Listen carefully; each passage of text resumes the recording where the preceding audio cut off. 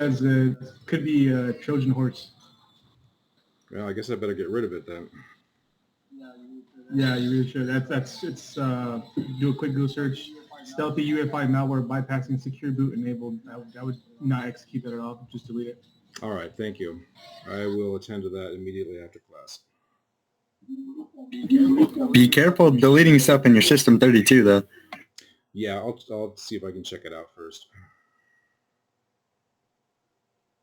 I'm no good at stuff like that. Okay, let's see. I think we're recording now. So here I am in Visual Studio Code. So you guys, I know, all have a coding environment of some sort. So go ahead and open it up. It's ready to go, and I'm going to create a new document. It's going to be an HTML document. And maybe you guys can tell me if I save this, what do I need to save this as if this is going to be the only HTML document in this structure?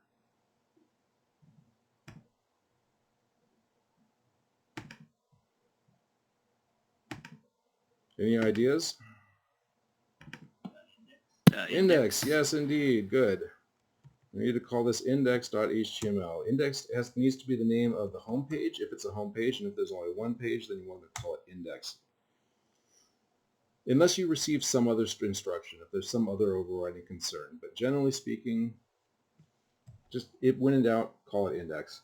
There's still a myth out there floating around that you can call it home, and that hasn't been the case for like decades now. It's been a long time since most web servers would accept home.html or home.php. They always look for index now. Okay, so I am going to open up. I'm going to go to my resources folder and open up the sample.txt. And let's see if I can just open this up directly in Visual Studio Code. Yes, I can. Or you could open it up in Notepad or whatever you want to. And here it is. And this is content that is taken from the syllabus. You might recognize it. So this is going to be the content for our web page. And this is going to be the same web page that we use on Friday as well. So if you're not following along right now, then change your strategy because you're going to need this on Friday. And maybe even beyond, although I don't think so. I'm just going to select all, copy, close it, and just paste it into my index.html. This is what I like to do personally. I've worked with people who like to copy and paste like paragraphs and other text blocks individually. I don't personally. I like doing it this way, but whatever you want to do. So, a review of HTML. Can anyone tell me what the root element is? Can anyone tell me the tag that we're supposed to start with, always? Exclamation, doc type. Yes, this is not the root element though. But yeah, you want to start with the doc type. This is what gives the browser basic rules about how to treat this document. If it doesn't get it, then things won't work quite as well or as efficiently as you want them to. So exclamation point, doc type, HTML. The word doc type does not need to be in capital. HTML code is not case sensitive at all. You can capitalize or uncapitalize anything at any time in HTML, except for identifiers maybe with like class names and so on. But the actual code itself doesn't really matter. This is just convention, long-standing convention to capitalize the word doc type. So it's what you're going to see. If you work in a team, they might get a little nervous if you don't do things the way that everybody else does them. So just go ahead and do it like this. Okay, the root element is the HTML element. HTML holds everything else except the doc type. The doc type is not part of the root element. It's not part of the document tree at all. It's outside of it. It's metadata to help the browser deal with the document. HTML element, the root element, gets an attribute. And this is good that this happens right away, so it can remind us what an attribute is, what a value is, and how it looks. So HTML element, or the opening tag here, without the slash, right? Put a space there. and then put in the attribute name. It's like a property, right, in HTML. And this is going to be lang for language equals en for English. So once again, it'll help the browser out a bit. The equals is necessary, the quotes is not. If you don't have a space or other punctuation inside of the attribute, or the value rather, then you don't actually need the quotes. But again, this is the kind of thing that will make some team members jumpy if you do it like this. So this is the way you almost always see it. You can do it as single quotes as well. I actually have seen this sometimes at least. Not very often, but there are dev teams out there that do it like this. I don't personally. Everybody's got their own style, but it's just, this is almost always the way you see it. I tend to use double quotes for HTML and MySQL, and then single quotes for JavaScript and PHP. But, you know, there are other devs that don't like that either, because no matter what kind of quote you use, there's going to be downsides to it. So anyway, this is your root element. The root element contains two other elements. Anybody? Anybody remember what those are?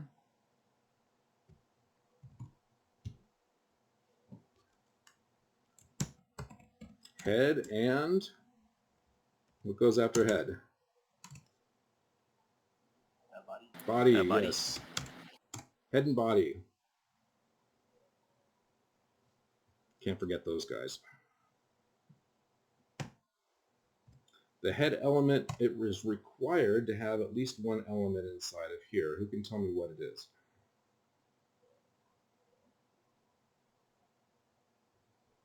Good times, huh?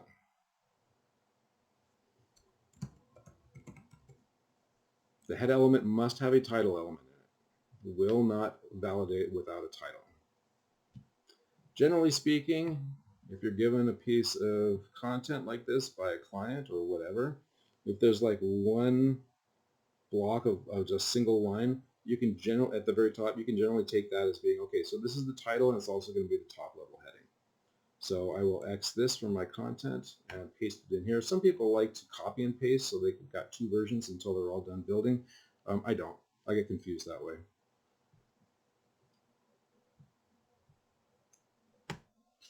There actually is another element that you always want to have inside of head. I don't know if it will fail validation without this or not. I can't remember. At the very least, it'll generate a warning if you don't have it. And that is a single meta element called a meta tag, right?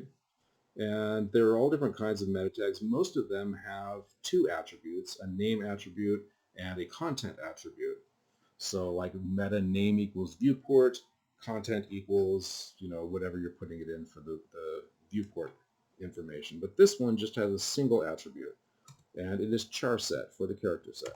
Char set equals, and then the one you want to put in there, almost always, UTF-8. See, there's that hyphen we were talking about, right? I have made the mistake all kinds of times doing this instead. And the reason why is because in like MySQL or something, it's just UTF-8 without the hyphen.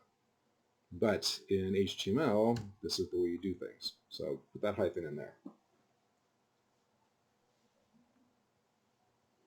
Now there are other things that might be up in here. There might be other meta elements. There might be script tags. There might be, you know, CSS links and so on. We'll get to that stuff a little bit later on. But for now, this is the stuff that pretty much needs to be inside of the head element. Now think of the head element as information about the document rather than the document itself. With the exception of this bit right here, this will show up in the tab if if the user is using tabbed browsing, which everybody does these days. Then this will show up in the tab name of that particular tab.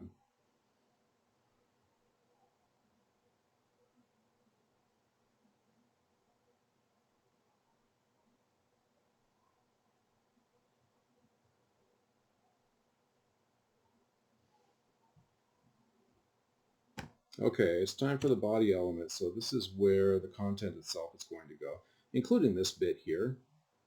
So if there's one time when maybe I should have copied and pasted instead of cut and paste, maybe that was it because I'm going to use it again here, but it should still be on the clipboard. So I'm going to do an H1. This is a top level heading. In HTML, you have H1 through H6 available. These are not to be considered sequential. right? Like you do an H1, but that doesn't necessarily mean that an H2 is going to follow. It almost always does. But then you do an H2, it doesn't necessarily mean there's an H3 going to be right after that, an H4 and an H5. That's a common beginning mistake. It's more hierarchical, so you might have multiple H2s throughout the page if they're all supposed to be on the same level of the text hierarchy. Then you might have multiple H3s within each one or after each one of those, and so on. It's very common that the title and the H1 will mirror each other. Sometimes not exactly. Like sometimes the title might just be something shorter like this and then longer for the H1. I don't know. Either one of those is fine with me, as long as it makes sense. As long as we're doing this, so I don't forget, let's go ahead and do an HTML entity. So you guys, I don't imagine that any of you remember what those are, but basically there are certain punctuation characters, such as this one, that may not be rendered the same way on all systems. Like this ampersand here. I am writing this, I'm typing this on a Windows machine, and it's taking the ampersand all right.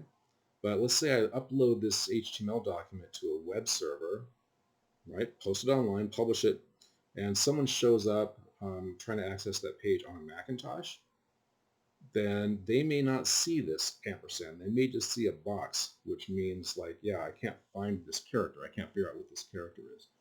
So HTML entities were created in order to make a punctuation symbol that is accessible by all kinds of different systems. And they actually, I mean, confusingly in this case, they always start with an ampersand and then end with a semicolon. And there are different sets of these. Some of them numerical, some of them are hex, and so on. But some of them are just plain English ones. And for the ampersand, you can do and amp like this. And this one is much more likely to be read by any and all systems that might come along. So I will do that for both of them. And amp. So some of you might recall from the other class, like and copy. Entity is for a copyright symbol. And helip is for an ellipsis. Different kinds like m dash, n dash, single, double, opening and closing quotes, and so on. So we'll come across some of the other ones as we use them. All right, so we've got our first text element in there. Let's make another one. These guys here, these single lines by themselves, these look like headings to me. I'm going to make them all H2s because they look like they're about on the same level to me. Sometimes it takes a closer reading than just that.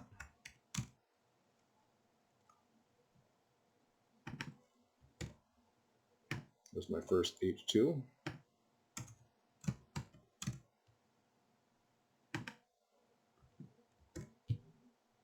There's my next one. And here's my third one. That's not it.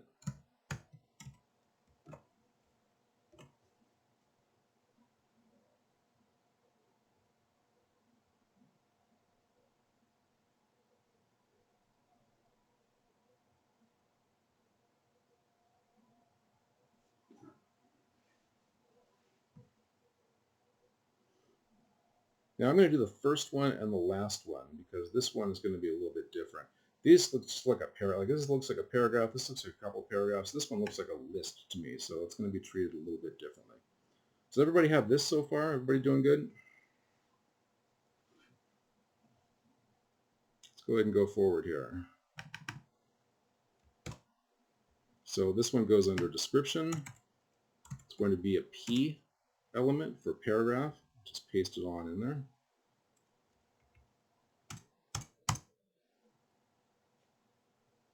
That white space, by the way, it doesn't matter in HTML. It's just, I like to keep things tidy in the code if I can. What matters more is the indenting here. Make sure you're consistent with your indenting. So everything that is a direct child of body should have the same indent level as everything else that's direct child of body.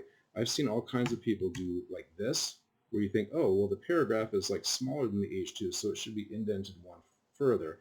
You don't want to do that because that would suggest that paragraph is a child element of H2, and it's not. It's another text element. It's lower in the hierarchy, But in terms of like the document tree, it's in the same position. They're siblings to each other, and one is not more important than the other one. Okay, so these guys are going to be two different paragraphs here. So if you wanted to, you could go ahead and just copy or cut both of those. Let's go into the third H2 here. And then just go ahead and slap the P tags around each of those. I don't tend to like doing it this way because then you have to cut and paste the closing tag that it auto-completes for you. But you can.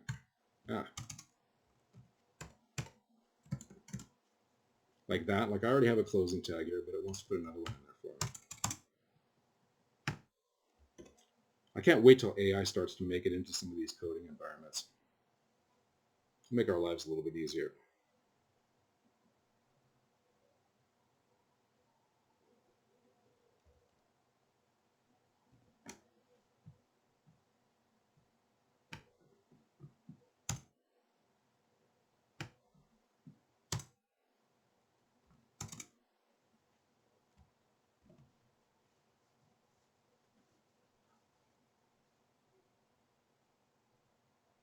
And for that reason, I think I will go back to cutting and pasting these lines individually into the LI elements, the list items there, because I just don't like having to deal with those closing, like the autocomplete stuff.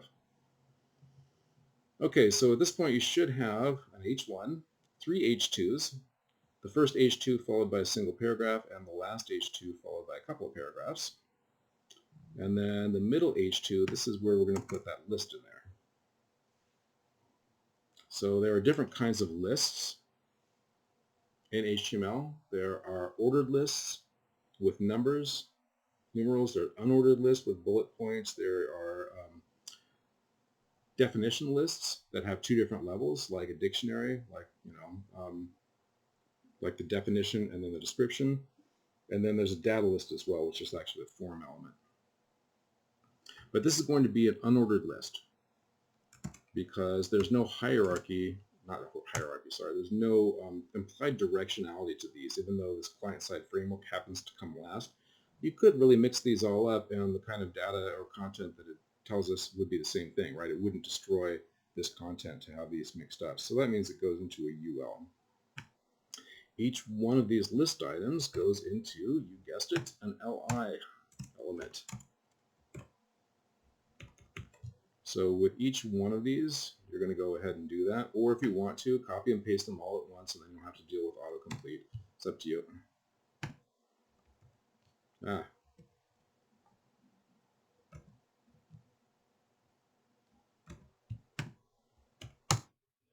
Make this a little bit wider.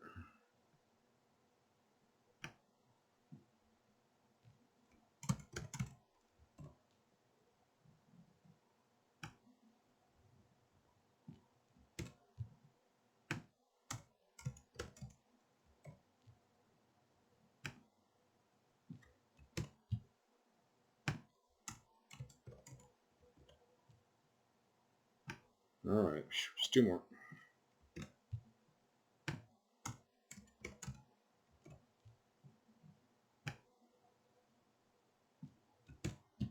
By the way, if anyone wants to try this,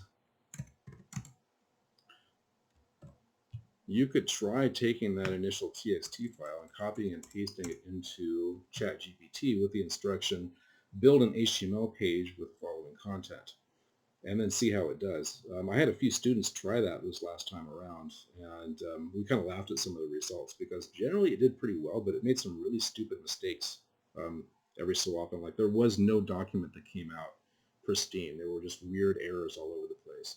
So that's kind of the state of the art of something like these chat functions.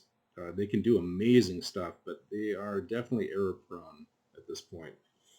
So my opinion, make use of them. Start making use of them now so you can get used to it, but do not trust the results you get. You're going to have to go in and fix things. Okay, so let's see.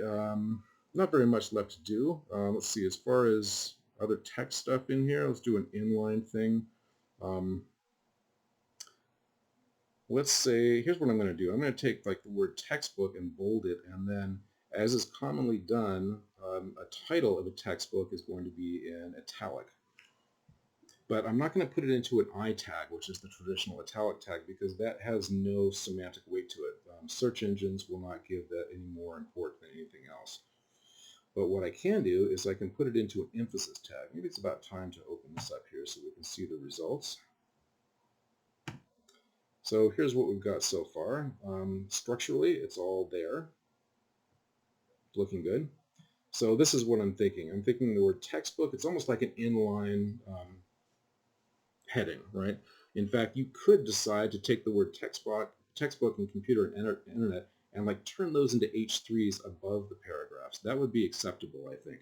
But in this case, I think I'll keep them inline, so I'll make that bold, make this one bold. Oh, look, there's another ampersand we have to fix. Don't forget to do that. Bold, and then the textbook title should be italic. So that's what I'll do here. Let me go ahead and give myself a little more space here. There we go. Nice mobile view over here, isn't it? Okay, where are we? First of all, ampersand, right? And amp, semicolon.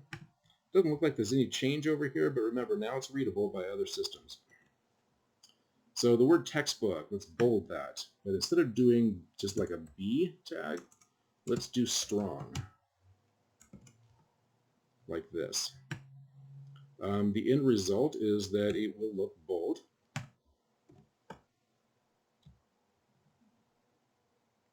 What just happened? Don't know what happened. Let me try that again.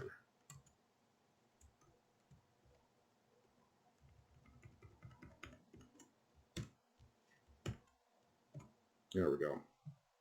So the end result is that it looks bold, but so here's the deal with that, which probably we weren't able to cover this in the HTML class or whatever. What's the difference between doing something strong and, let's say, I did like a bold tag down here, which is just B. What's the difference between these two? Because, I gotta say, Bispo, looks the same to me. Well, yes, it does look the same. It is rendered the same by most mobile browsers, but there's actually no requirement that these be rendered the same way. It's just the way that browsers tend to do it. This says specifically something to do with formatting. This says specifically, make this text bold, right? That's what B means, bold. But this one, the strong tag, it doesn't say make it bold. What it says is strongly emphasize this word. And browsers, yeah, will normally make it bold, but some other kind of system might choose to make it red instead, might put it in all caps, might italicize it, might make the text larger, might give it its own line in a block level kind of way. There's all kinds of different ways that you can manage whether or not, or how you decide to strongly emphasize the word textbook. But that's not really the important part. The important part of this is that search engines and other computer systems will recognize now that this word is more important than the other words in this paragraph. This word should be treated something like a heading, even though it's not a heading the way these H2s are headings, right? It's not officially a heading, but now it's going to be treated kind of that way by search engines and other computer systems. Whereas they will look at bold and they'll say, oh, that's a formatting thing. I'm going to ignore that. So they will have no idea that computer and internet is the most important part of this paragraph, but they will know that textbook is the most important part of this paragraph. Okay, enough said. That's what the basic difference between these two is. And generally speaking, unless it really is only a formatting thing, which occasionally it is, if it's only a formatting thing, then yeah, you should use bold instead of strong. But if it's actually a word that should be emphasized semantically, then use strong instead. Now that's a strong emphasis. You can sort of, you can emphasize something without strong emphasis. You can just use ordinary emphasis. And that is, not down here. That's an EM element, emphasis.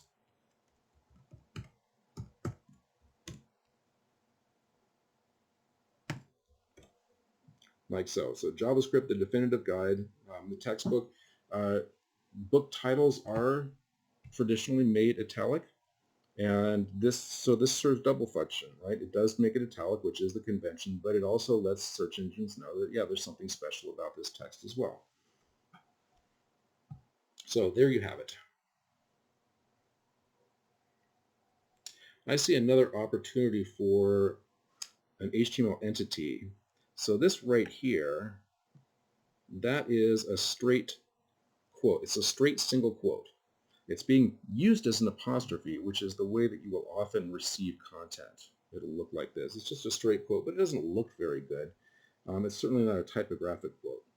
So if you want a typographic apostrophe, it's going to be another HTML entity. So again, they all start with the ampersand and end with the semicolon. And this one is going to be a right single quote. And notice that well, you probably can't see it on mine, but you can see it on yours. It should be a nice curly quote now. Like a single closing quote, which is an apostrophe. That's what you want. And so you'd want to glance through the rest of this. Probably easier to see over here, actually. And just see if there's any other spots that have any characters or punctuation like that that might need something done. And I don't see anything else at the moment. I think that's it.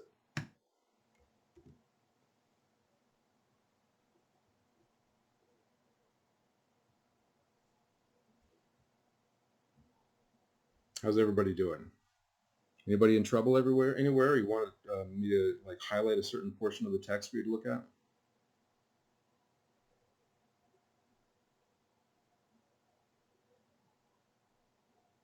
Yeah, we're ready to move on. Everybody's caught up? All right, cool. I know you guys remember some of this stuff from before. Before we move on, let's go ahead and do validation. So even though we're going to be putting, well, you know what, there's just two more things to put in here. So let's go ahead and put those in, and then we'll do the validation thing. Because generally speaking, you should try to finish up the HTML and then validate it after that. But there's nothing wrong with validating it multiple times either. But I'm back up in the head element, and I'm going to put in something up here. I'm going to put in a link. Element rel equals style sheet. I always do that. One of these years, I'm just going to turn off autocomplete, and I'll probably be happier. But for now, I've still got it on. Link rel equals style sheet, and then href, hyperreference, equals, and then we don't have a style sheet ready to go yet, but we're going to make one in just a moment. And if we already know what we're going to call it and where we're going to put it, then we can put in this link immediately. It's definitely going to be inside the CSS subfolder. And I like using default, personally. Some people use style.css. I think the textbook in the last class did that, or like index.css or whatever, mobile.css. Personally, I like default.css. It lets me know what my default CSS style sheet is. Like this is the one that's going to be used for just about everything and then be overridden in other style sheets maybe.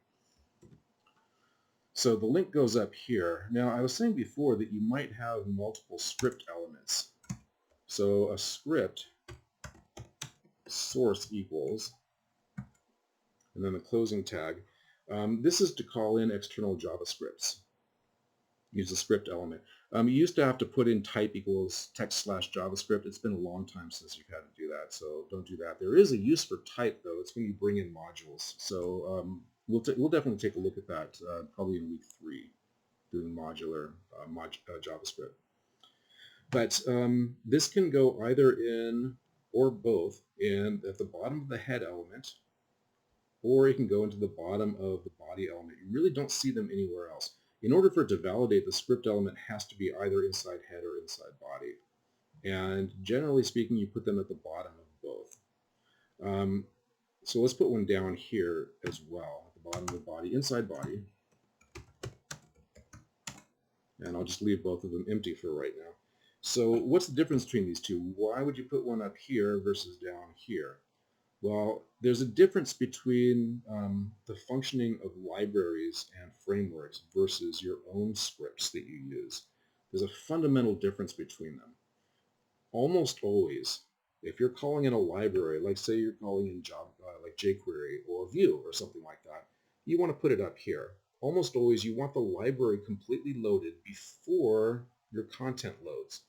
And the simplest, easiest way to get that to happen is simply to put it up here. An HTML page loads sequentially. And so if a script element is up here, well, it'll at least start loading before all this stuff gets done. And almost always it'll be finished loading before your DOM is finished loading in the page. Your own scripts, on the other hand, tend to reference things in the page specifically. And so generally you want those to load before calling in your own script. And so that's why this tends to be the configuration. If you're calling in a library like jQuery, you call it in up here, and then your own scripts that you write using jQuery or vanilla.js or whatever, you put down here at the bottom of the body. So this one, I'm going to go ahead and put something in here, even though, again, it doesn't exist yet. Let's see, we called the CSS default.css, but that's because there might be more than one CSS file. Let's just call this one index.js. But that's a little bit dangerous to call it that, and the reason why is when you start working in Node and sometimes other JavaScript frameworks, index.js will actually take the place of your index.html. And so I hesitated a little bit to call this index, but I think this is okay. Let's just go ahead and call it index.js for now, just with that understanding that later on this will mean something more specific. Okay, now I think we've got everything in here that we need. Now it is time to validate. So hop back over to your browser and open up a new tab and go to validator.w3.org/nu. This link should be there in... Did I put it in there? Let me check. All of a sudden, I'm not sure if I have this in here. If I don't, then I definitely should. Ah, where did I just do it? Get back here. You know what? I've got this other one in here. Validator.nu. This one will work, but it occasionally throws a weird hiccup. And so I'm going to change this link to the one that I just put in here, which is the actual W3. This is the official one, validator.w3.org/nu. So watch for that. I'm going to have this link in there instead of just the regular validator.nu. Go to this page, and then we're going to select file upload. If you want to use text input, you can, and copy and paste your stuff in there, but this is the simple way to do it, I think. File upload, choose, and see if I can find it here.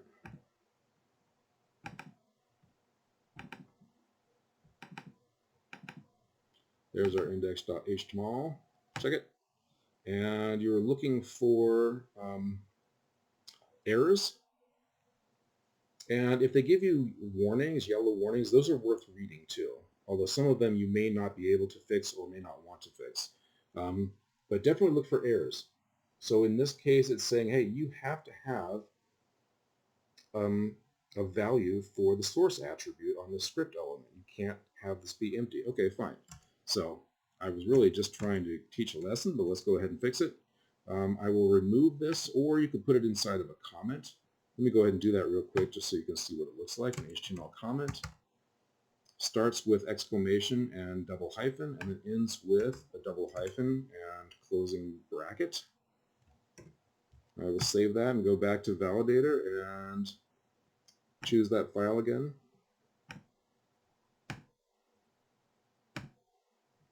That's what you're looking for. You're looking for the green bar that says no errors or warnings to show. If you got that, then you're happy, and I'm happy, and we're all good to go.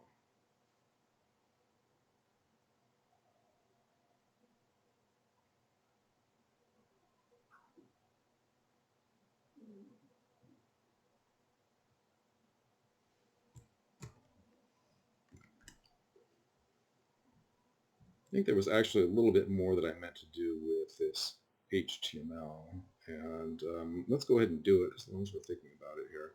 I wanted to structure this as well, just really simply, right? We're not going to do a whole lot here, but just do some basic semantic HTML5 structuring elements. Just in the content here, all I'm going to do in this case, because we don't have a navigation, we don't have a footer with like copyright info or anything like that, but we do have an H1, and then we've got other stuff in here that makes up the content. And I would, at the very least, I would think, okay, so this is a header, and then the rest of the stuff is the main content. Even if I didn't do anything else with it, I would probably do at least that much. So inside or body, right, I'm going to create a header element.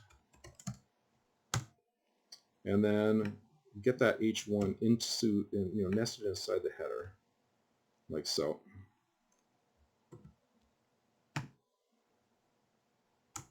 And then same thing with all the content that follows, except this is going to go into a main element.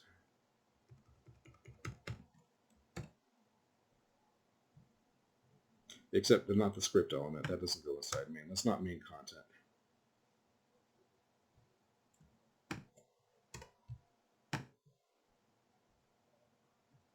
If I were going to, like, this would be sufficient. Like, if I saw this, if you submitted this to me, like, it'd be, okay, so they paid some attention to it. It's got some content structuring. It's semantic. There's the header. There's the main content.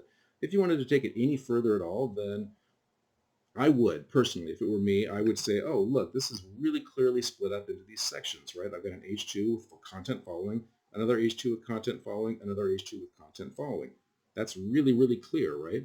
So maybe I will put each of these into sections, like so.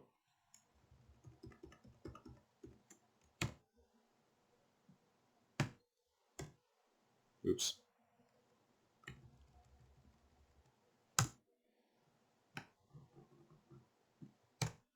Notice I'm being careful about indenting, right? If I wrap this into a section, then that means that the text content gets indented one further level there.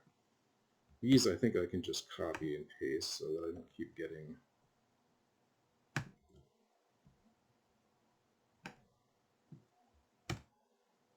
Oops.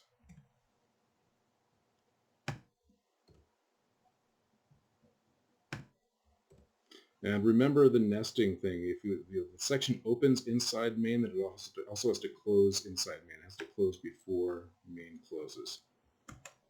Things always close in the opposite order in which they opened.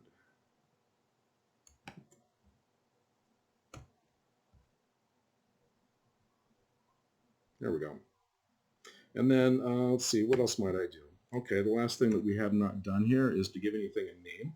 So if you wanted to, this probably isn't necessary for such a short document, but if I did name equals description here, then I've got a really nice hook that I can use for either CSS or JavaScript in order to grab this section if I want to do so. I'll grab the H2 inside of this section. I've got a nice name for it right there.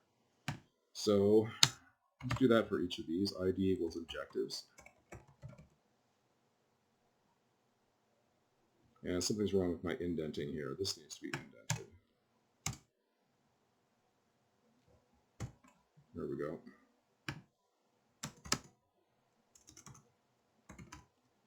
Let's see, I guess required. Something like that.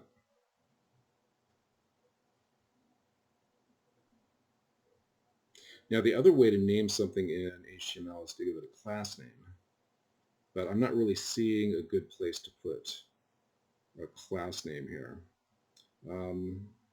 I could give a class to each of these paragraphs. So, let's see, what would I name this? See, I want to call these required, but it's weird when you have a class equals required here and then an ID equals required. There's nothing wrong with that, but yeah, maybe I'll just leave it like this. Later on, I mean, class names are going to be very important to us, which is why I want to start throwing this stuff in here right away. I don't think I pushed this much when we were taking like the HTML CSS class. I mean, we did learn how to name things in HTML, but it wasn't really a big deal. But now, having these little hooks in here is going to be really, really helpful to us. And in some cases, like working with frameworks, it's going to be necessary. Like we're going to have to put certain classes in here.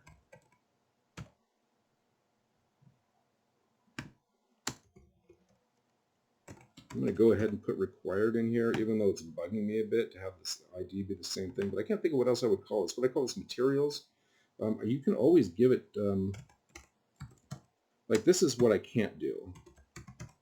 So you can't have, this is basically, when you put a space into an attribute value, what this is doing is giving us two different values. So I've given this an ID of textbook and an ID of materials, but that's not allowed in HTML. I can definitely do it with classes.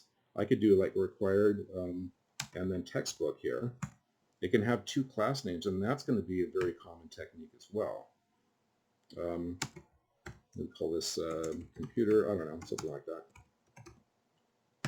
there's no problem doing that with class names. You look at some frameworks and the class structure that they require of you, and sometimes it's ridiculous. I mean, I've seen like literally dozens of class names on a single element. But you cannot do that with an ID. So maybe I will just put a hyphen here. This is okay. This is now one word again, or not one word, but one value again. So you can call this textbook materials with a hyphen, and then maybe a couple of different class names on each of these, possibly. Okay, now I really will stop with the HTML. Although I'm seeing some other stuff in. See, the more you look, the more you want to go down this rabbit hole. There's like always so much you can do in order to really properly structure your HTML. And like I said, we're going to be looking at this on a level differently than this time. So like API here. So this stands for Application Programming Interface. And some of my readers may not know what that is. And maybe I want to tell them what that is, but I'm not allowed to change the content. It is almost always the case, in my experience, that when you're given content, like that's it, you don't change it at all. But you can add little interface things like giving users a little tooltip that pops up when they hover over this. So what I might do is put a span around this. So span is, it's like a div. A div is like a generic bucket for elements in HTML. A span is a generic bucket for inline content, so like the stuff that's inside a paragraph, or in this case, a list item, right? So you can put a span around anything you want to. And then if I put a title equals, and then go ahead and type in what this stands for, Application Programming Interface. I have not changed the content. My client's happy. But now, let's see if it's going to do it over here in the little rendering engine. I'm going to hover over this API, and does it give me, yes it does, it gives me a little tooltip there. So this is what it'll do in the browser too. Hover over this, and then it'll tell me, oh yeah, this is an application. That's what that stands for. Okay. So we could actually do the same thing with the DOM, right? Let's do it. You guys thought we were going to be on a break already, didn't you? Sorry, we'll get there. I'm going to put this span around DOM and also give it a title. Title equals, anybody remember what this was? We were talking about it a little while ago. What does DOM stand for?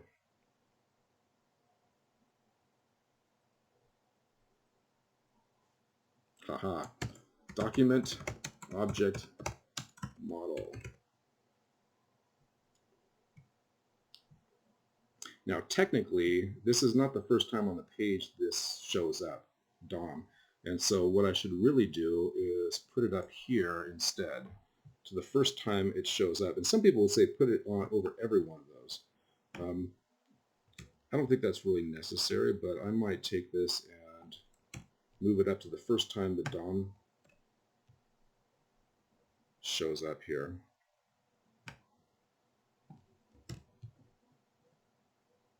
Oh, look at that auto-completed it for me. Now I'm going to leave this as span. Technically speaking, there are more semantic things that I could use instead, like ABBR, which stands for abbreviation. That would be a more semantic thing, but span is okay in this case. Model view controller is what I would put here.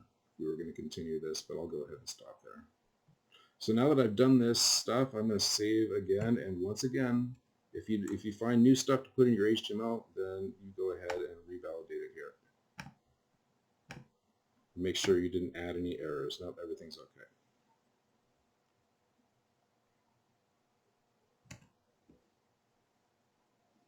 Okay, so I was saying that we were going to do some CSS before taking a break, but I think taking a break now is probably a good idea. So when we come back, we won't spend long with CSS, just like, I don't know, 5 or 10 minutes with the CSS, probably 5 minutes, and then we'll jump off into JavaScript land and start talking about that. So make sure you've saved this, but it's not time to submit it yet because we will be doing a little bit more with it. I will stop the recording now, or pause it, I guess. And all right, we are recording again. So the CSS is the part that we're going to skip over for right now, which is fine. I was just going to do like a Google font and then just do some super basic, type formatting. We can worry about the rest of it later on. Well, let's go ahead and jump in. So with JavaScript, there is at least 3 different ways to test out JavaScript. And one of them is directly in the browser, which you guys may or may not recall. And one of them is by typing it into a script page or a script element. Like I could type script directly into this. You don't want to do both, by the way. For whatever, I can't remember exactly why. I looked it up once, but it's considered bad practice to be calling in a source for a script and then also start writing script inside here, although technically it can be done, but there's some reason why that's considered not best practice. I'll have to look it up and see because I cannot remember why. But in any case, you could either write a script element in here and type it in there or call it into an external file, which is what we're going to be doing. But first, before we do anything, let's go ahead and jump into the browser because this is probably the way that we tested it when we were in the technologies, the web technologies class. I'm going to open up a different browser for this. It doesn't really matter. I'm just mostly used to troubleshooting stuff in Chrome, which is not to say I don't troubleshoot in other browsers. You have to test everything in all browsers, but it can help with efficiency to start with a browser that you know is going to be treating your stuff decently. And so when it throws an error, you can be pretty sure, oh yeah, that's something that I did. Pretty sure. And I'm sure at this point that all the major browsers are going to handle JavaScript pretty much the same way. But even so, I'm just going to open up Chrome for this.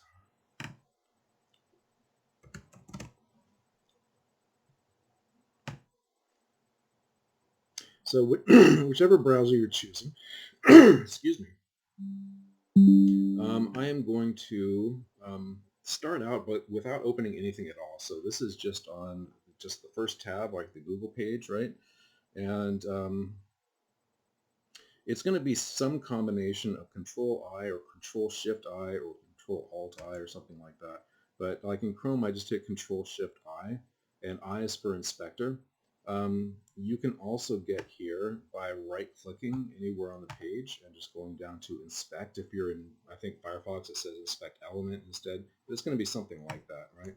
And then it'll also open this thing up here. So this is the console. And this is the broad console. What it's showing here under Elements is the DOM. And this is where you get to if you do the right-click and Inspect thing. So this is what we'll get used to looking at when we're testing JavaScript on our pages and on other pages. So this will be, it should look pretty familiar, like, oh, look, there's a doc-type HTML declaration. Are you trying to share your screen? Oh, I'm not sharing screen. Thank you. Gosh.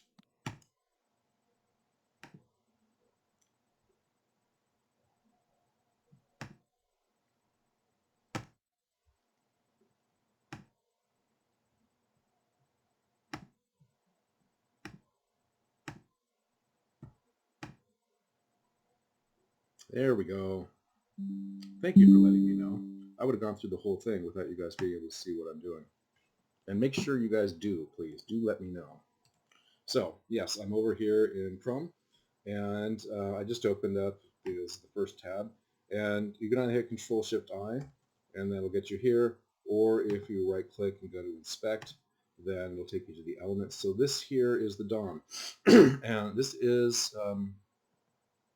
is an object-oriented representation of my source code, or in this case, Google's source code, including some interesting things that we probably haven't talked about before, like shadow DOM and so on. But it's important to know that this is not the same thing as the source code. The source code, if I hit Control-Shift-U, if you're an Edge, I think you just hit Control-U. Or I always get it wrong. In this case, it actually was Control-U. Take a look at this, okay? So this is the source code. So that means that this is the actual HTML document, like the one that we just wrote. And this is the whole thing. Like there's a little bit of an inline style here. There's a title, there's the meta, head, HTML with lang equals n, and direction left to right, doc type, and just a few things in the body, most of which are just like script and link elements for CSS and JavaScript. And there's this empty iframe element. So they're calling in content from somewhere else. And then this guy right here, which is their root element for their app.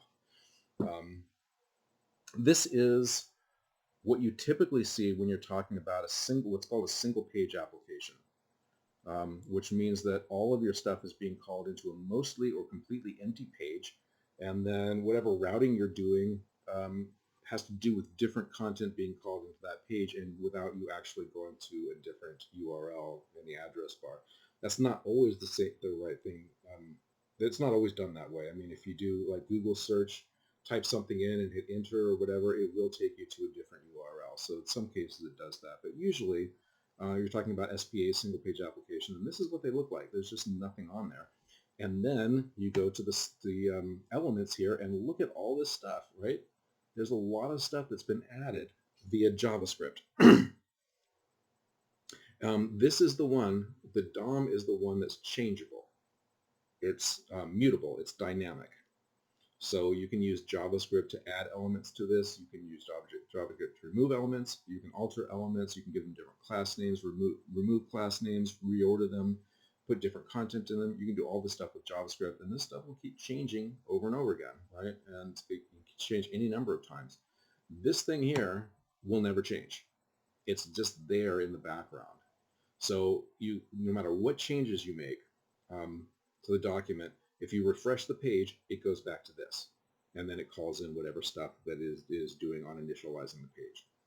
So it's important to understand the difference right away between those. The source code, which is this one here, and then the DOM, which is this one here.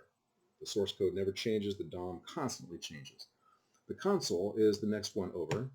And this is the one where you can actually use this as a sandbox for JavaScript. There's other stuff here too. Network, we may get to know this when we talk about fetch in the last 2 weeks of the semester.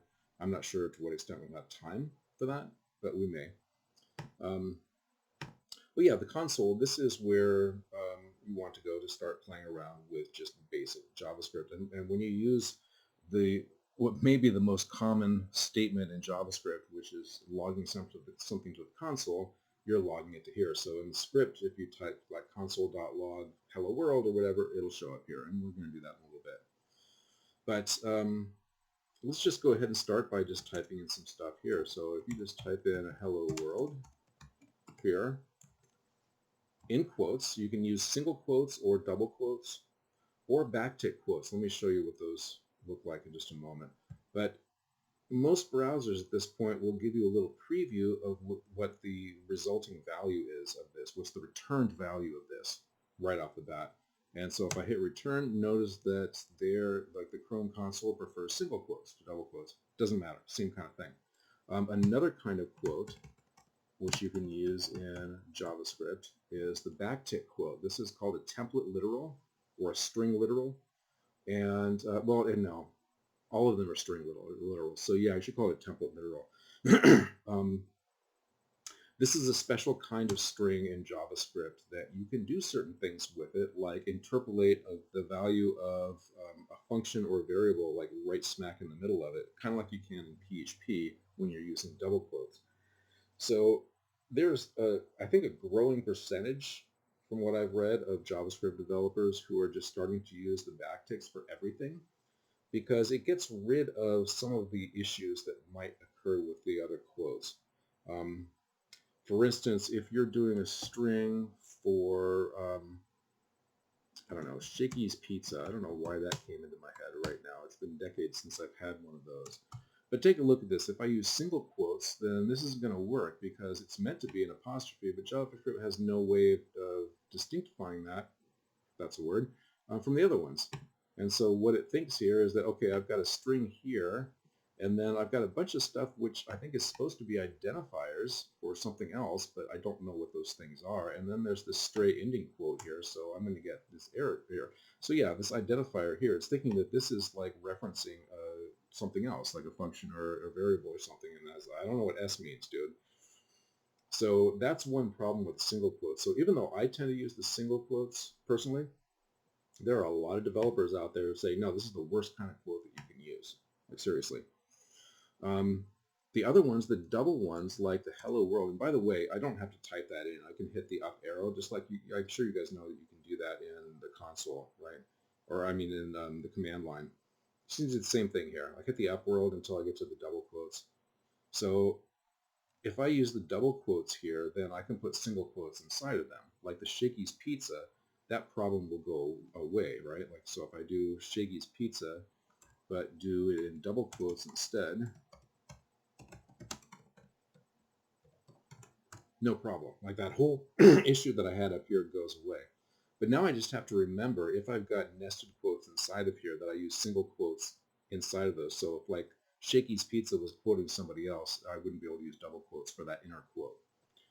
So these are the kinds of issues which I think are leading to a lot of people saying, you know what, I'm just going to use these backticks for everything.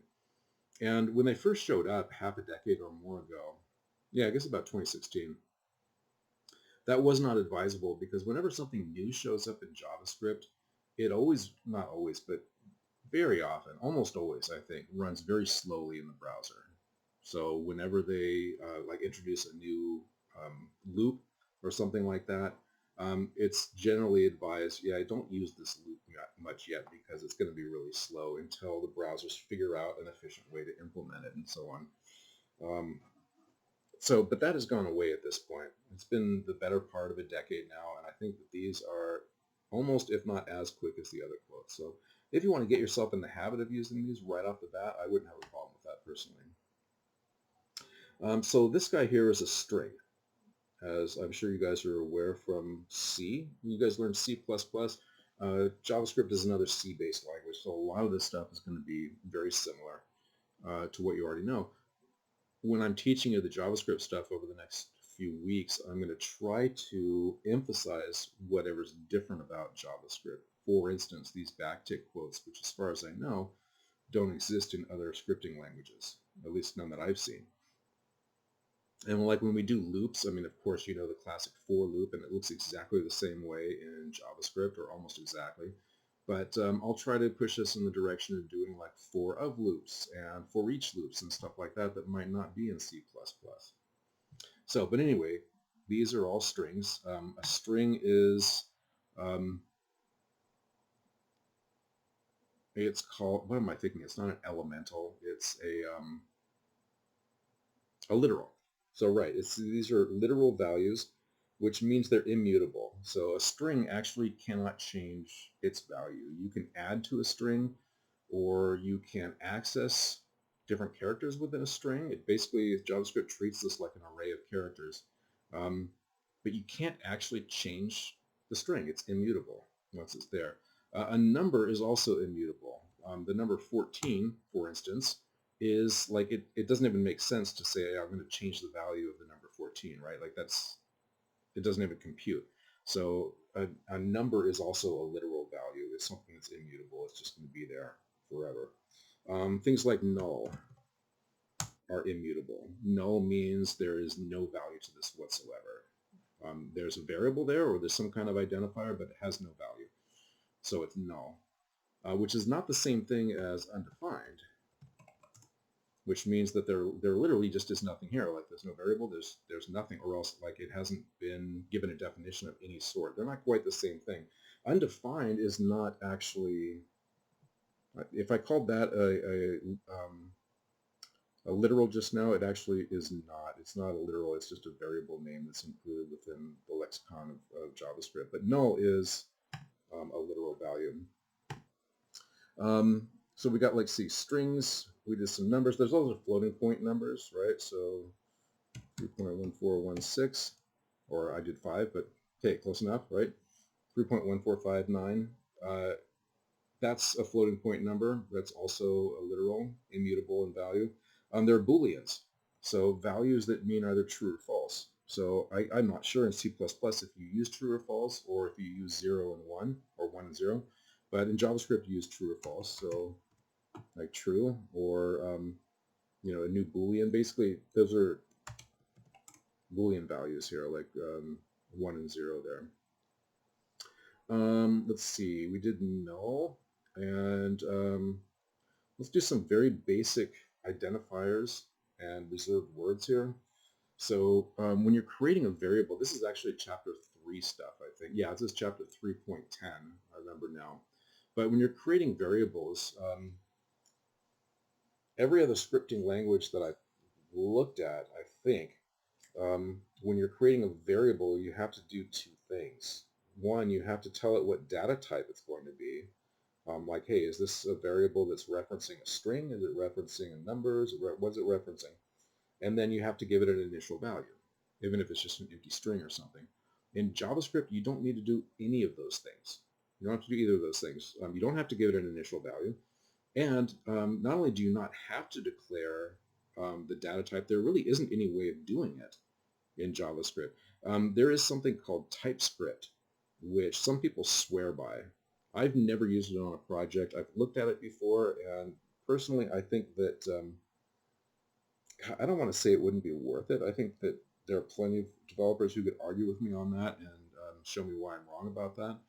I kind of like the quirky of nature of JavaScript personally. I like that things are just that you can declare a variable and just not do anything with it for a while if you don't want to. But anyway, just remember that if you're coming in from a different scripting language, JavaScript is called loosely typed, which means that you do not have to declare the type of a variable or some other identifier. And in fact, you can't really, other than by giving an initial value.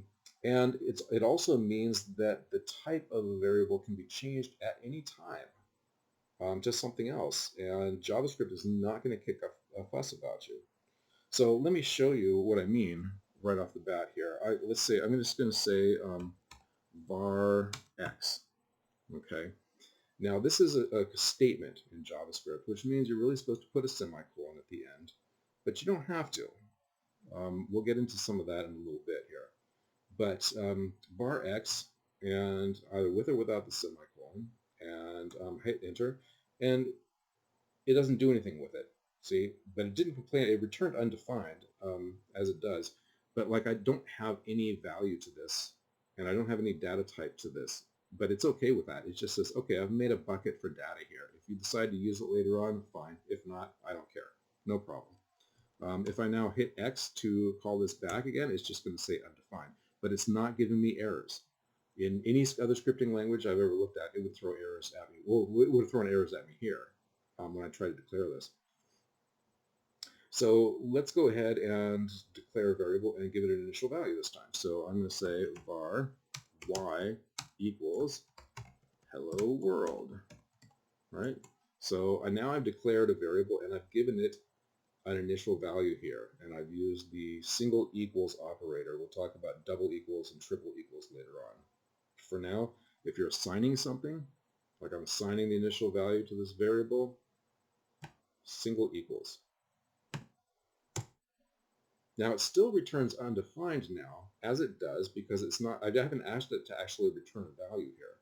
But now I will ask it to return a value. I'm just going to type in y and say, yeah, tell me what this is worth here. And that's what it's worth. It's worth a hello world. So now it's giving me something there. So you might say, okay, so I've implicitly given this variable a data type because I assigned it an initial value that is a string. And this thing, okay, so fine, it's a string. That's the data type. But now check this out. I'm going to reassign a different value to this variable y. And the way you do that is by doing it just like this, but leave out the var keyword or the let keyword if that's what you're using. And just say y equals, I don't know, 4. No problem. JavaScript does not freak out about this at all, right? I guess, now I can't remember if PHP would or not, so maybe that's another loosely typed one. I don't know. I'd have to check it out again. It's been a little while. But most scripting languages, at least, would completely freak out about this, would not allow you to do it. JavaScript, no problem. Okay, so that's just, we're not even at the point yet where we're declaring variables or whatever, but I just want you to know that about JavaScript right away. If you're used to another scripting language that's more strictly typed, then don't freak out about this. It's just JavaScript. JavaScript, which is the quirky kid down the block who does everything weird and different from everybody else, that's JavaScript. Okay, so identifiers. or basically any name for something else, anything that points to something else, right? So like a variable name or a constant name or a function name, or sometimes certain things that get passed into loops and so on. Those are identifiers. And what can you call things in JavaScript? Well, the common wisdom, which I'm going to teach you here, but just as long as you're aware, it's not the whole story. Common wisdom is that you can begin an identifier name with a letter, uppercase or lowercase, or an underscore, or a $sign.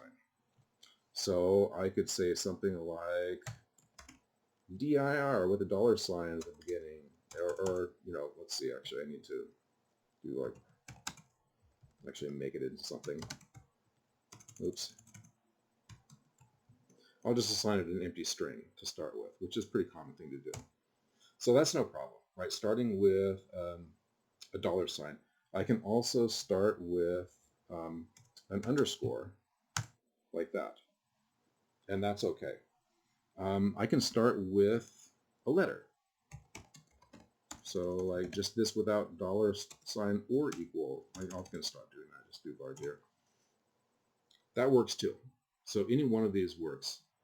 I cannot start with a numeral like this. Doesn't have it doesn't like that. It's thinking that this is a different token because it thinks that, yeah, there's no way they're asking for me to name this like a variable, because I can't do that. But you can put a numeral somewhere else in the variable name. So like varchar4, no problem, right? So basically just remember that the 4 kinds of characters you've got are letters, uppercase and lowercase, numbers, underscores, and $signs. But of those, you cannot begin it with the numeral digit. That's the only internal rule besides those guys. Now, having said that, there is a whole slew of different characters that can be used inside Unicode. These are just ASCII characters, right? But Unicode is a much broader thing, and there are all kinds of crazy things that you can name your variables and other identifiers. For a while, I thought I was being clever by naming my variables starting with a pi, like the Greek pi sign. And you can totally do that. And there are characters from like Sanskrit and just like all kinds of crazy stuff that you can use, including like characters that have accents on them, like French characters with accents over them. You can use those, but they're not always recommended to do. And the reason why is because sometimes there can be different ways of creating those special characters, like different ways of having an E with an accent on top of it. And so what that means is that you could have 2 identifier names that when you look at them in the code, they look exactly the same. Like literally, microphone, like or microscope, magnifying glass. Look at them; they look precisely the same, and yet they are not actually the same, and they could be referencing 2 different things altogether. And it can get really confusing when that happens. So, almost all developers will stick with just these 4 characters. So you probably should at the beginning too, at least. But if you're really interested, then there are places you can look up like the complete set of JavaScript characters for identifiers, and you'll find much, much longer lists than just these. Now, there are certain words that must not be used as well because they're already being used by JavaScript. Let's pop over to a different tab here. And I'm going to the class resources and the links for HTML, CSS, JavaScript, Vue, and APIs. And this guy right here on MDN, lexical grammar hash keywords. And the keywords are, wait a second. Oh yeah, the list, so it is in this. So the list of reserved keywords is below. So these are words that are already being used by the JavaScript language that you can't use. Like I can't name a variable catch, right? Because it's already being used for something else. There are other, and this is kind of the definitive list under MDN. MDN just, they've got the best reference up here. But there are other references, and maybe I'll find the one that I used to use, which was not MDN, which has this list and then also a second list that are, basically says these aren't reserved keywords, but they probably should be because you really shouldn't be using them because they actually mean something else. But this, if for sure, definitely don't use any of these for your identifiers.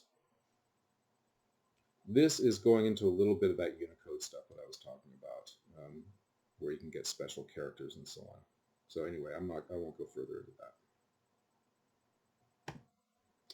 Okay, let's see. Is there anything else that we want to do in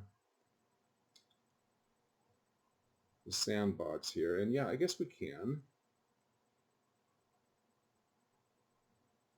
Just a little bit, and then we're going to jump in and start adding stuff into our index.js.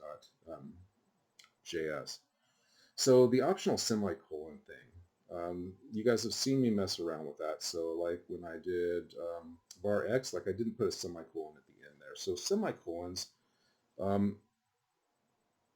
probably alone among C-based scripting languages, at least the ones that I've seen, do not require that you put in the semicolon most of the time. Like PHP, if you start leaving out semicolons, it's going to let you know about it. Like the whole page breaks, right? JavaScript, it's fine. You can put semicolons in, you can leave them out. And if you want to amuse yourself some sleepless night, and I know you guys are coders, so you actually will get a kick out of this. Just do a Google search for automatic semicolon insertion. I should really capitalize those because it's an acronym ASI. If you look up automatic semicolon insertion or JavaScript ASI, and you will find some lovely battles, some real drag-out wars on whether or not this is a good thing, whether it's a bad thing. Basically what it means is that if you leave out semicolons, JavaScript interpreter will do its best to put them in where it thinks they should be. And it almost always does a great job of it. Like, it's a really good engine. There are people out there who say, you know what, this is going to make your code run slower because it forces the interpreter to spend time looking through and trying to decide where it should insert the semicolons. There are other people who say it's so minuscule that you really don't have to worry about it. I don't have an answer on that. I've never done a JS perf on a long script that leaves out semicolons versus one that puts them in. I don't know if anybody has or not. I've never seen it. But yeah, that's inserting the semicolons automatically. That's this ASI thing. My own opinion, like the tabs versus spaces indenting thing, I don't think there is a right answer. I think it mostly has to do with coding style and whatever your team is doing. When I first started out with JavaScript, I would never have left out a semicolon. I just would never have done it. And then slowly over the past half decade or so, I've kind of gotten looser and looser with my own scripting style, and now I leave them out a lot. So I don't know. It's up to you. I suppose as your JavaScript instructor, I really should be teaching you the correct quote-unquote way of doing it, which is with the semicolons. But they are kind of optional. So I'm thinking that in this case, we are going to have to, for me to show this multi-line thing, it's going to be better for us to go into index.js. So let's go ahead and do this. We're going to leave this browser open, leave the console open. But notice, by the way, when I refresh this, if I refresh the page, then all this stuff from the console goes away. It's a sandbox, so when you shake it, the sand flattens out again, and you don't, like, all the stuff is gone. And even the variables that I declare, like if I type in dir here, or what was I did, $dir, right? Yeah, it's not defined. It doesn't have any idea what it is because it garbage collected all that stuff. But I can still up arrow and get to some of this other stuff that we did before refreshing the page. So it is still in memory somewhere, but it's not being used directly. Okay, let's go back over to our coding environment. And I am going to, I don't think I need this open anymore, create a new document. And this is going to be JavaScript. Yay. And I personally like to put a comment right up at the top. it just makes it easier for me when I'm switching between tabs or different pieces of code. I don't know, I just like to see it right up top there. You can do that or not, depending on what you want. I'm going to save this, put this into the JS, and I'm going to name this guy, I think we said index.js, even though that's a questionable file name for us. And let's start just by spitting something out to the console. So to get something into the console, there's two ways you can do it. One, you can open up the console and you can type it in here, or in your script, you can type in console.log statement. Now, basically, this script is going to be called in by the HTML page, right? We have it right here being called in. And so when the browser loads the HTML page, it will also load the JavaScript page and run whatever scripts are in there. So you got to be careful with this stuff. The scripts that you put in here will be run by the browser when the HTML is loaded. Let's do a console.log. So there's the console object and then a .log. Whenever you see this, I mean, we'll talk about this more later on, but when you see this dot syntax with some identifier followed by parentheses, that means this is a method, which is a function that's attached to the console object. But yeah, more on that later. Let's do another hello world just to start things out here. Hello world. Oh, I think the original did not use comma, did it?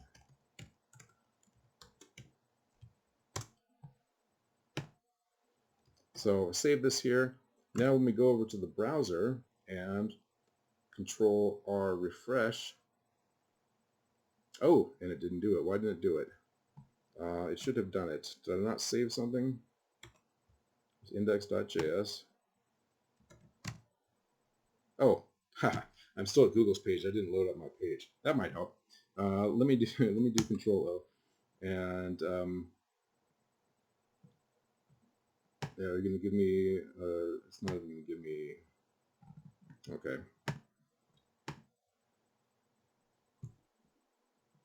What is this? Okay, there we go. If it was doing the same thing to you, it's just because the console was open. It was trying to load something directly in there. So let's see here.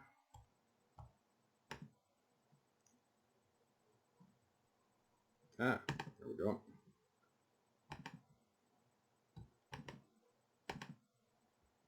Okay, so there's index. Here's our page. Open up the console, Control-Shift-I, and there is our hello world. Now, what's it yelling at me about here? Well, it's just talking about failing to load a resource. I said we were going to create a CSS file, and we did not, so it's referencing an empty file. We can fix that, by the way, but you'll see this kind of error, resource failure, is not going to stop the rest of the page from loading. Unlike some errors in JavaScript will stop everything, but not very often. PHP is the one that, like one little character is off and it breaks everything and the page won't load. Sometimes at least. But to solve it, I'm just going to create a CSS file, even though we're not going to do anything with it right now. Or you could comment out this line of code. In fact, I think that makes more sense for the moment since we're not using it. Let me just go ahead and comment this out. We'll fix that on Friday. Now I refresh, and that little annoying red error line goes away.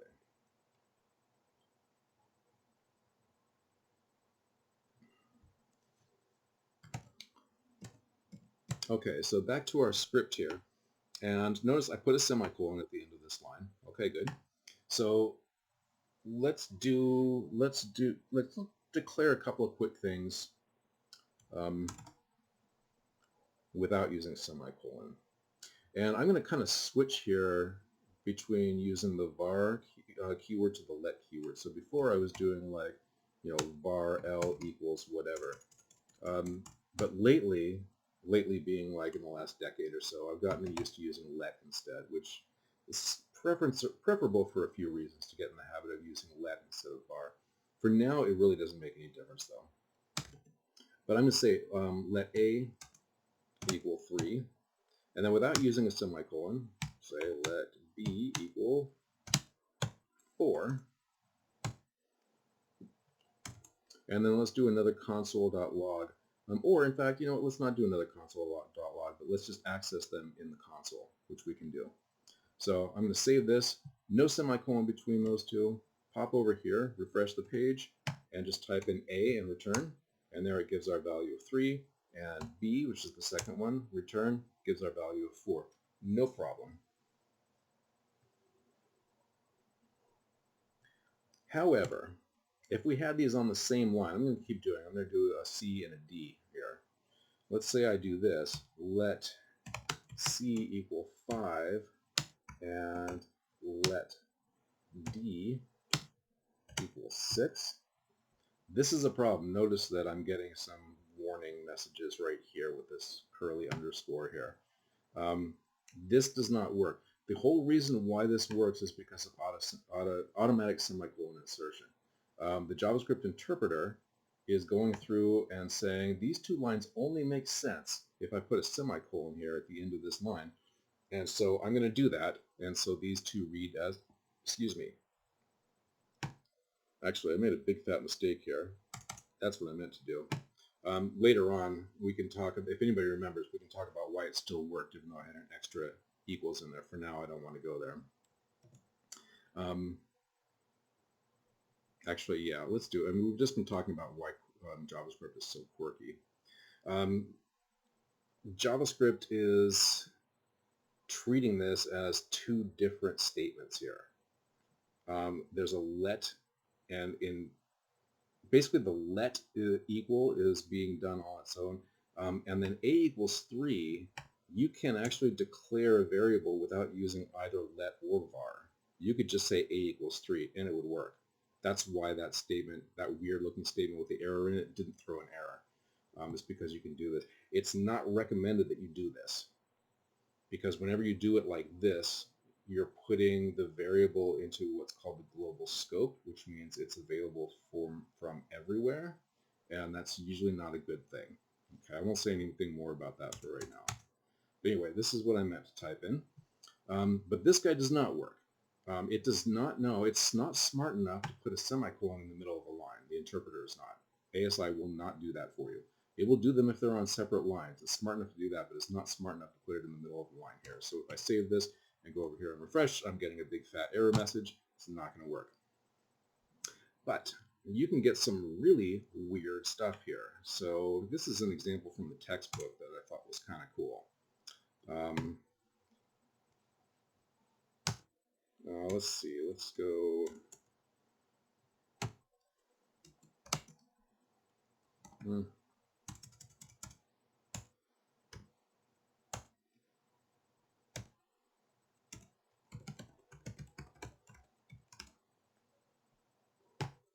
And the textbook used this, it's not exactly this, but it's something close to this, as an example of how weird things can look with the automatic semicolon insertion. So basically, the interpreter is putting it, remember the definition of it, it's going to put in a semicolon whenever it cannot make sense out of adding the next line to the current line. So in this case, let's C and then C. It would try to put this as one line and say, oh, nope, that does not work. That is not correct JavaScript. So I'm going to put a semicolon here. In fact, let me duplicate this. Even though having duplicated identifiers is going to cause us problems, but we'll delete one of these before we run it in a browser. So with this one right here, let's C and then C equals 5. So that's what it's doing. It's saying, okay, can I make sense of this as one statement here? No, I cannot. It doesn't work. And so I'm going to go ahead and put a semicolon here. What about the next two lines? C equals. Can I put those on one line and have it make sense? Oh, why it keeps highlighting. Stop that. Can it make sense that way? Oh, sure, as long as I keep going. And put this on the same line as well. Ah, cool. That works. Can I put the next line as part of this statement here? The console.log. Oh, nope, that doesn't make sense. This is not correct JavaScript. Need those to be separate, so I'm going to put a semicolon here. So it takes this mess, and by the way, the reason it's giving me an error here is because we've got the duplicated identifier here.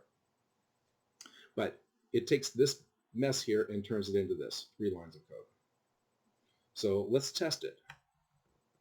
I should be able to log 3 4. Oh, actually, no, the only thing it's logging here is C, so it should give us 5 now. If we save this and go refresh in the browser, there it is. There's the 5. So that's what it's doing. Now, I don't know any coder that would actually write it like this, but I think it's a good example for showing what the ASI interpreter is doing behind the scenes. So what do you have to watch out for? Well, basically, it's the whole thing about whether or not it would make sense on one line. So let's say, let's see.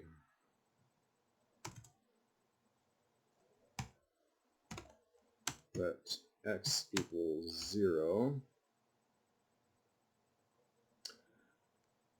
Basically, on the second line, if you leave out the semicolon, there's only a few characters that you have to worry about starting the next line. And if the next line doesn't start with one of these few characters, then you can always just leave off the semicolon.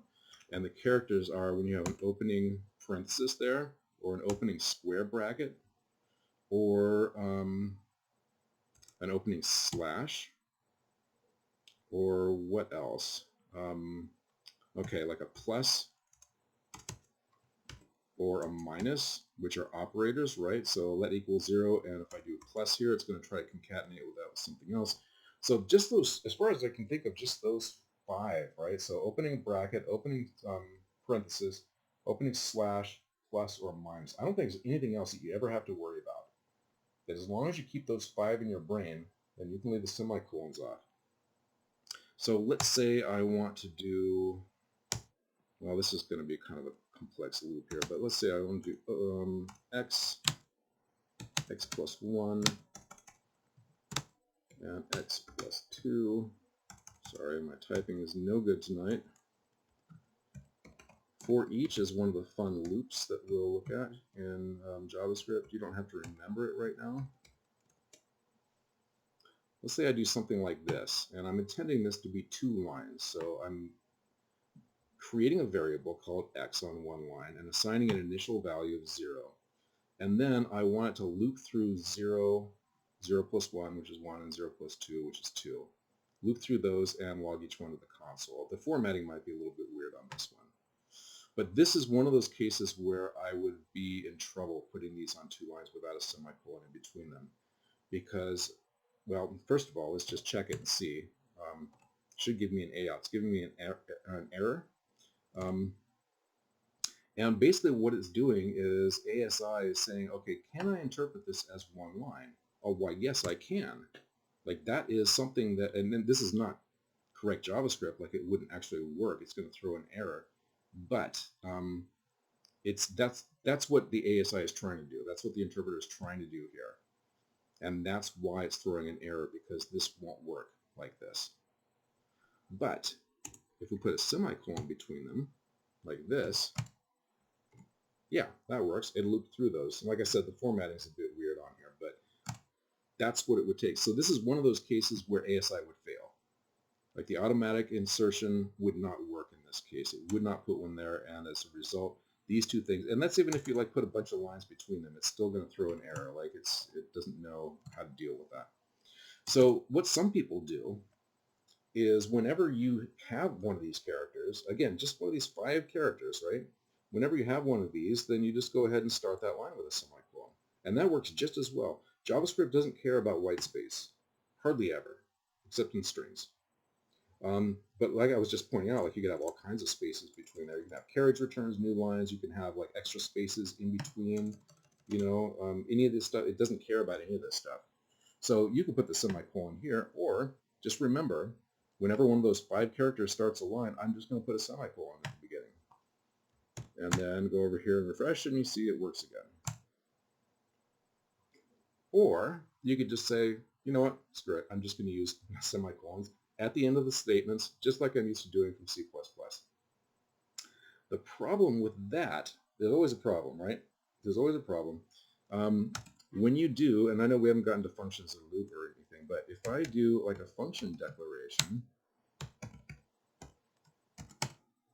which has a code block after it, I'm not supposed to put a semicolon at the end here. Now, it's not going to break anything if I do, but it's going to read this as an extra statement, which could slow the script down as it's being interpreted. So there are certain cases in which you're not supposed to use a semicolon at the end of a code block, not a statement. It's not a statement, but it's a code block. Likewise with some loops, if I do like for let I of pirates, I don't know if I can type pirates, and then do something in here and do this loop. Again, this is a code block, and you're not supposed to put a semicolon there. If you do, it doesn't break anything, but it doesn't help you out either. So that's why, these are the reasons why this has turned into a huge battle, as you guys might expect, right? You know code well enough to know that everyone's going to argue about this stuff. People are going to argue about, you know, tabs versus spaces, and they're going to argue about ASI or not ASI. I don't know. Pick your own poison as far as I'm concerned. It's fine. I'm not going to make a big deal out of it either which way. There was a time, like I said, when I was teaching JavaScript, that I would actually take off points if you didn't put off semicolons at the end of your statements. Now, yeah, I'm not going to be too concerned about it. Okay, there are also exceptions to the automatic semicolon insertion in which it won't try to do it.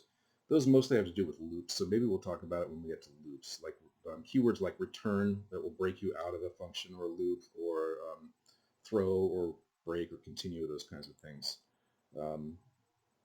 But yeah, let's talk about those later. I think that's it.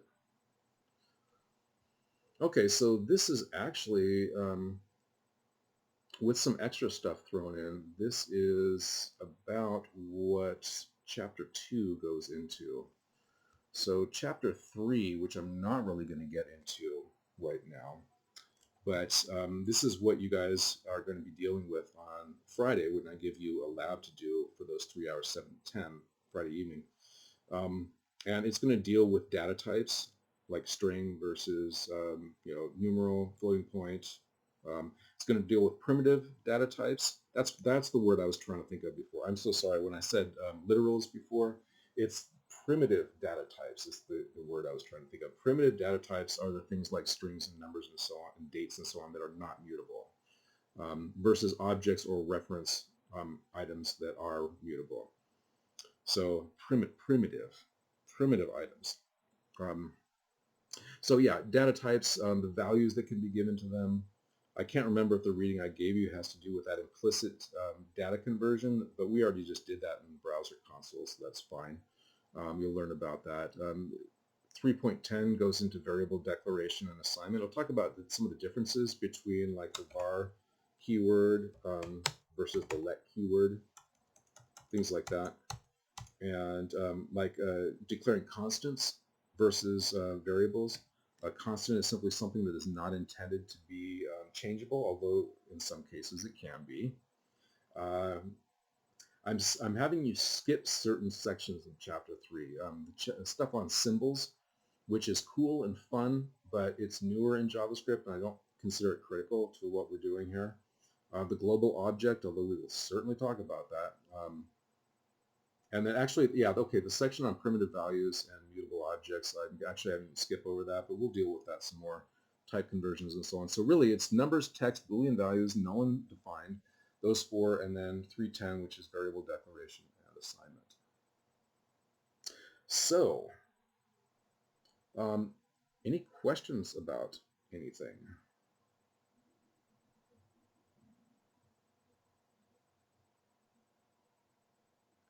Let me do one last thing in the console because I'm not sure if this is part of the reading and you may need it. Type of keyword. See, if I do type of like 4, it's going to show me that this is a number. So I'm not sure if that's part of C++ or not, but it's a useful thing to know. So type of hello world, like that, and it tells me it's a string, right? So those kinds of things can be useful in terms of figuring out the data type. Is the type of keyword. It's really an operator. So you may be called to use that on Friday, and I'm not sure if it's part of those sections that I gave you to read or not. The constructor is also useful, but that's a little bit different. Okay, if there's no questions, I'm going to go ahead and stop the recording. Kind of a long one tonight. Probably in the future, I'll split it up into 2 recordings. I probably should have done that here, but that's all right. YouTube will crunch it down for us.